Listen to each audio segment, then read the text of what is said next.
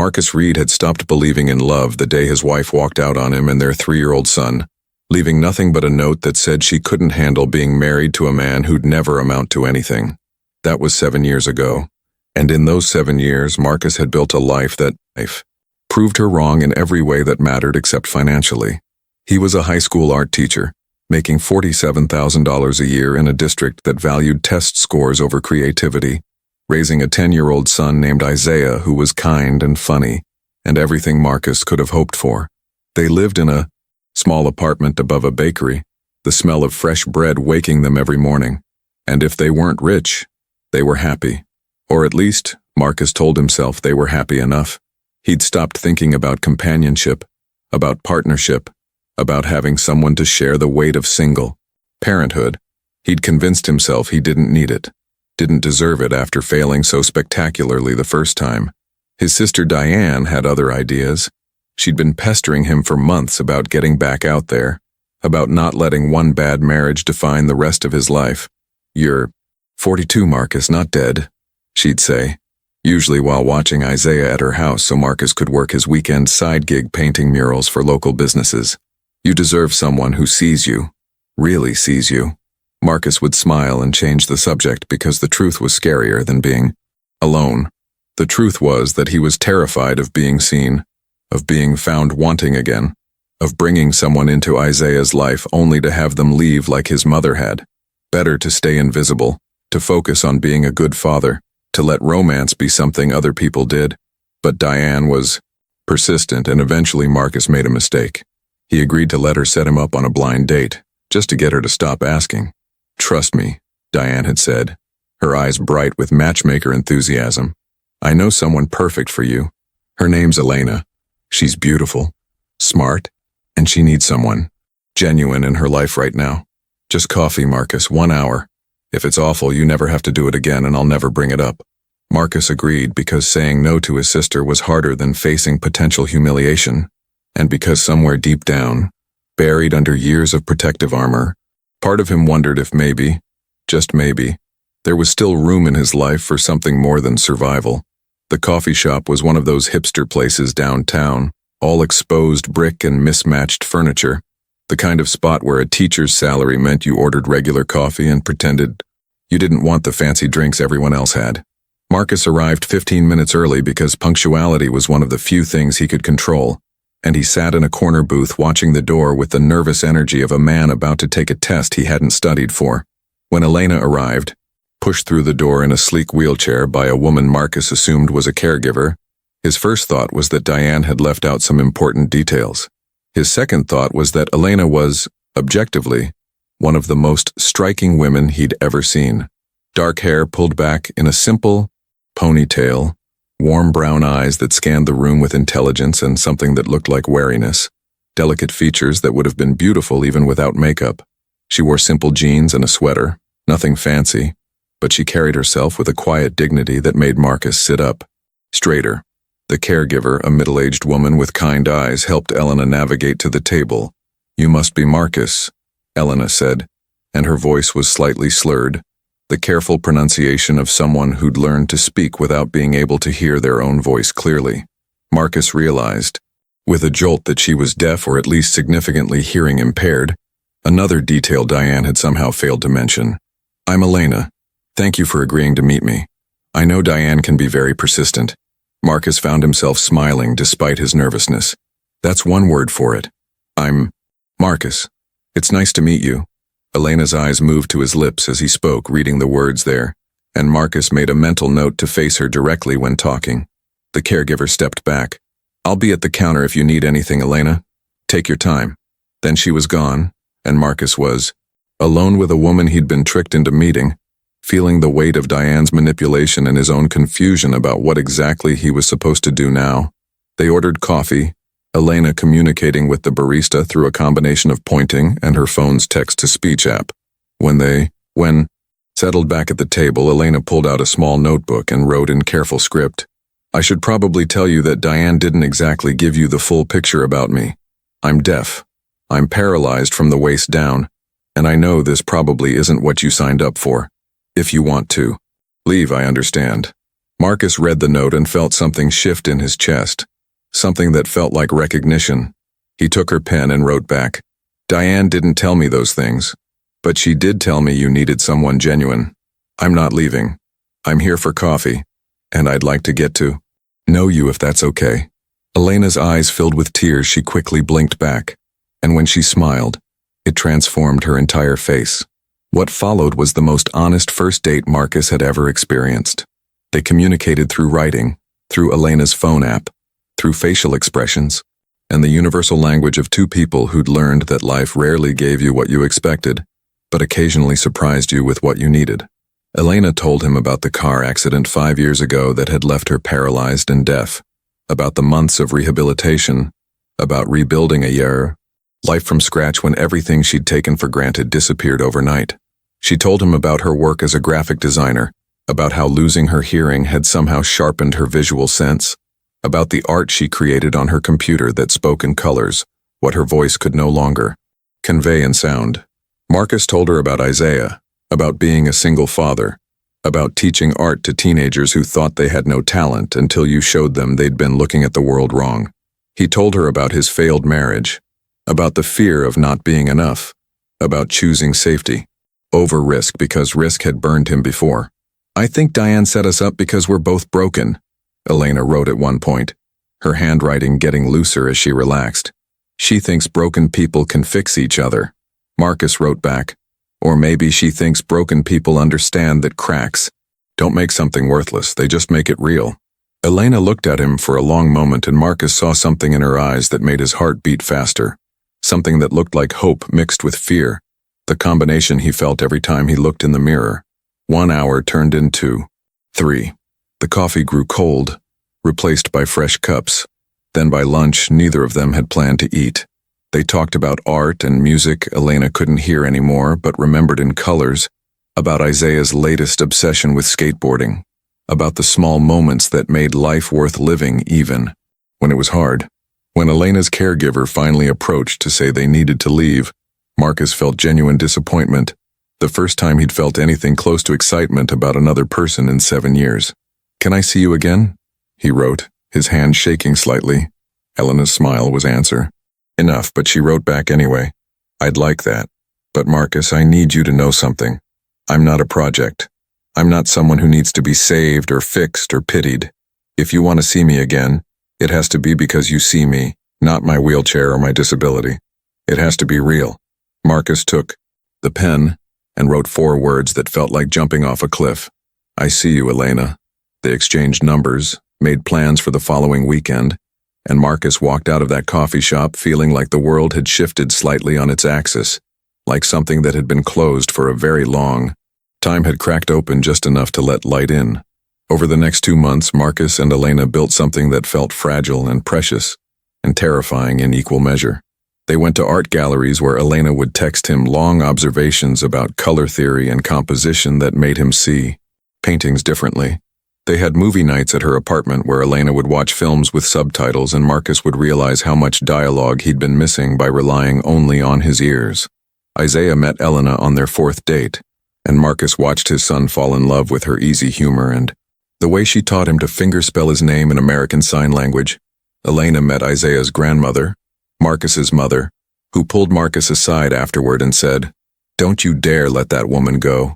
She sees you, baby. Really sees you." But there were hard moments too.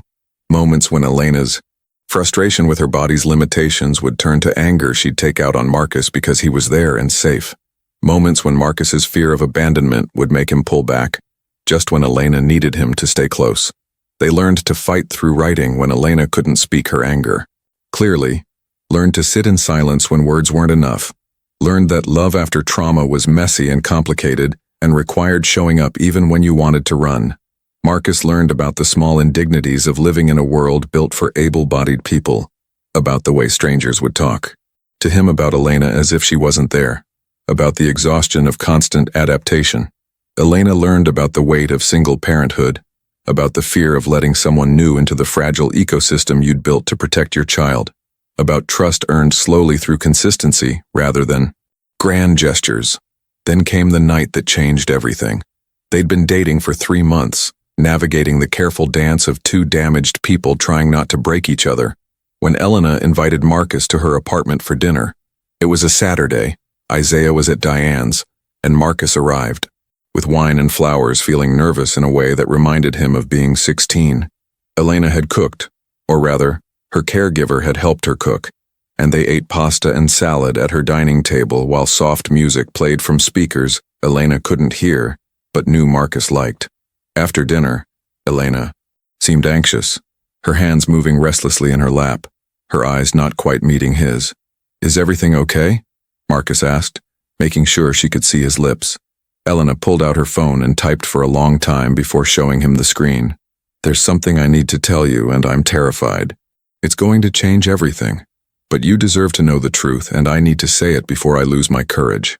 Marcus felt his stomach drop, felt all his old fears come rushing back. This was it.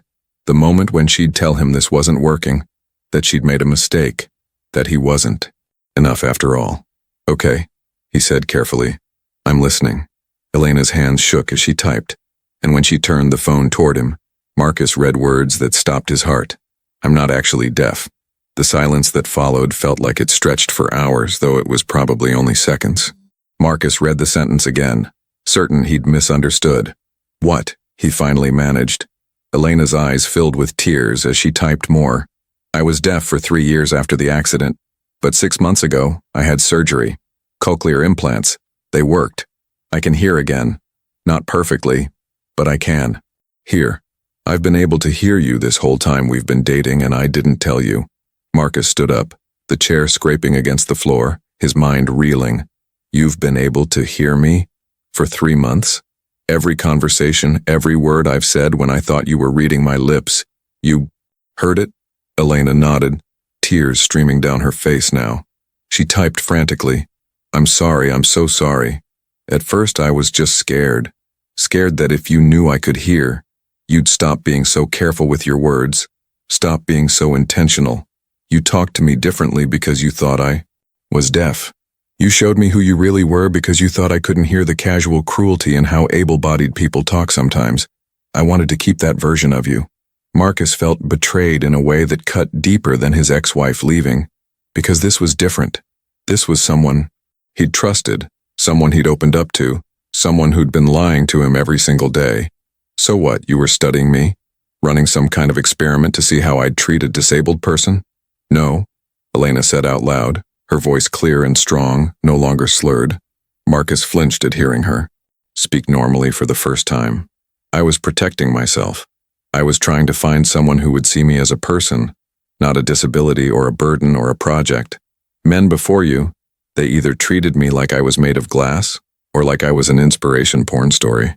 You treated me like Elena, and I was terrified that if you knew I could hear, you'd become like everyone else."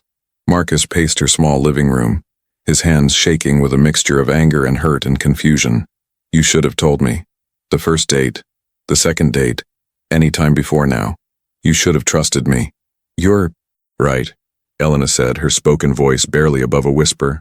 "I should have. But I'm still paralyzed, Marcus. I still use a wheelchair. I still live in a world that sees my disability before it sees me. And you're the first person who saw me first.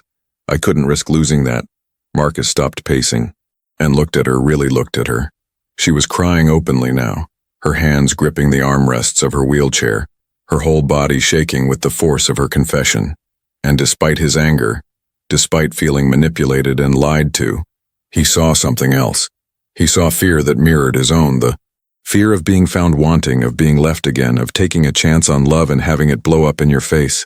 He thought about the past 3 months, about every moment they'd shared. Had she been lying?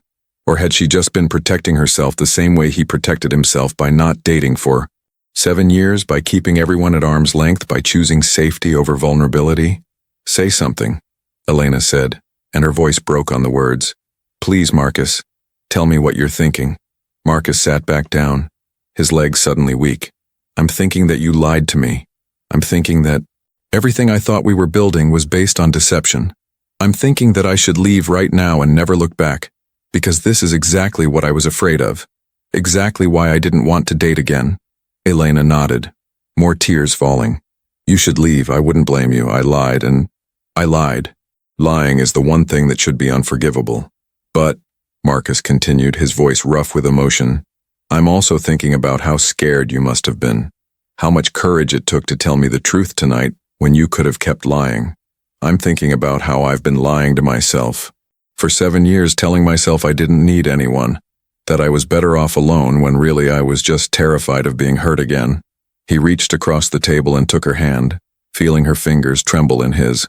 I'm thinking that we're both broken people who are so afraid of being left, that we sabotage things before they can hurt us. And I'm thinking that maybe that means we can understand each other in a way other people can't. What are you saying?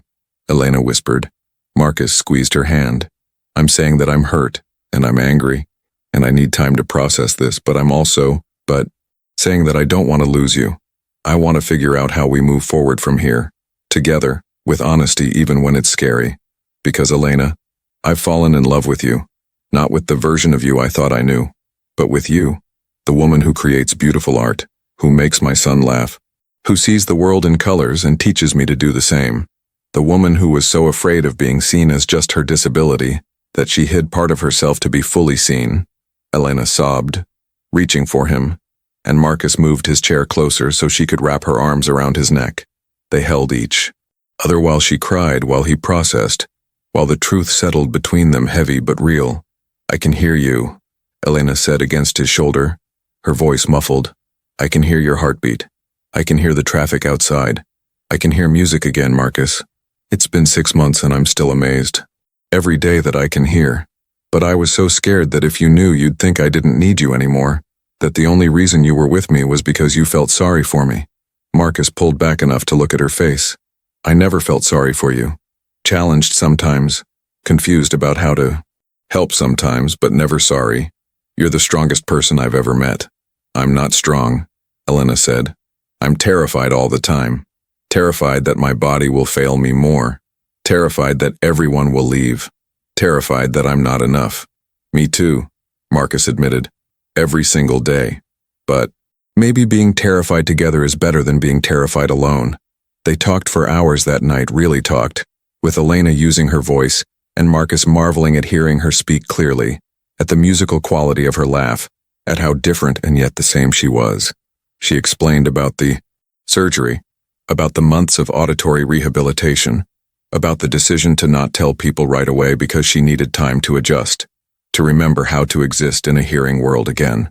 She apologized repeatedly for the deception, for not trusting him sooner, for letting fear guide her choices. Marcus apologized too for his anger, for not seeing how scared she must have been, for the ways his own fear had probably made it harder for her to be honest. By the time he left her apartment at 2 a.m., they'd cried together, laughed together, and decided that honesty, even when it was messy and painful, was the only foundation worth building on. The next few weeks were hard.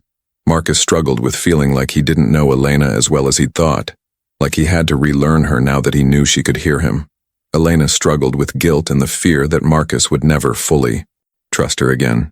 They went to couples counseling, which felt absurd for a relationship that was only 4 months old, but the therapist helped them understand that trauma-informed love required different tools than typical romance. They learned to check in constantly, to say out loud when they were scared or hurt or confused instead of hiding behind protective walls.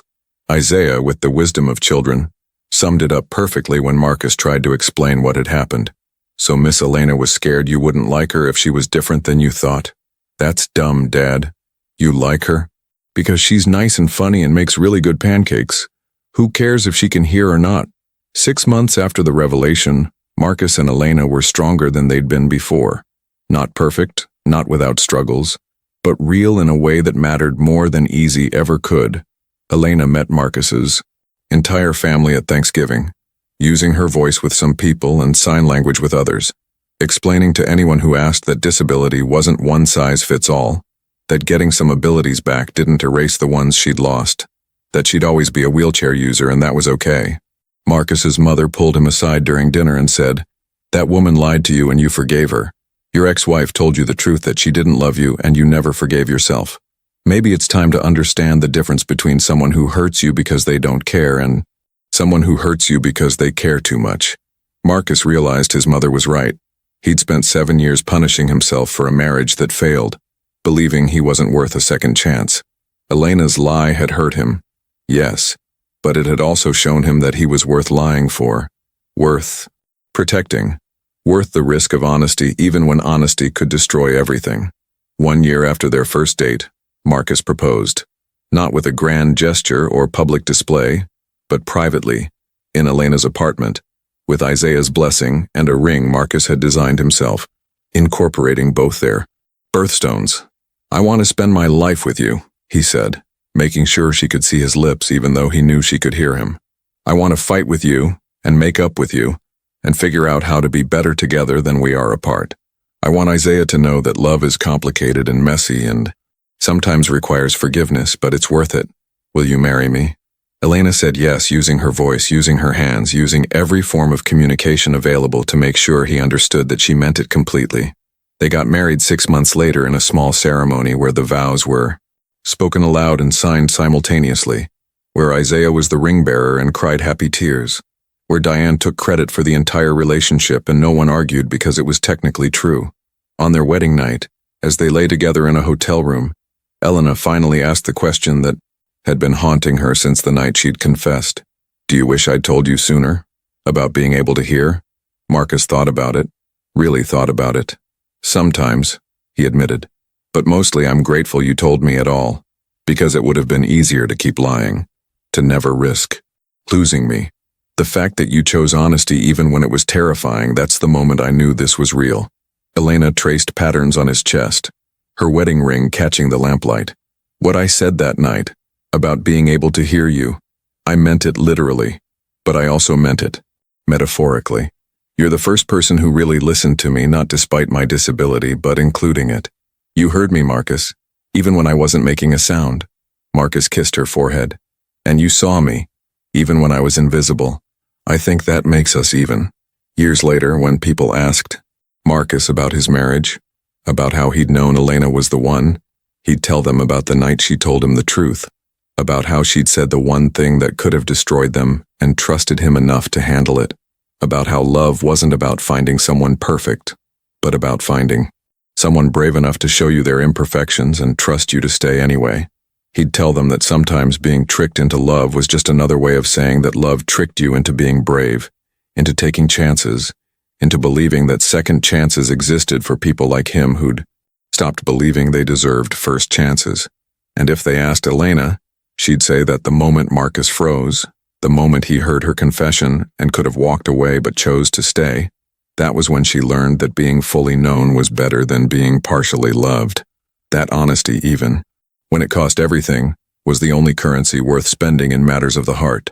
That sometimes the best love stories started with lies, but were built on truth, on choosing each other again and again, on believing that broken people didn't need fixing. They just needed someone willing to see the beauty in their cracks and call it art. What Elena said that night left Marcus frozen, yes, but it also set him free from the fear that had controlled him for 7 years. And in the end, that was worth more than any perfect love story could ever be.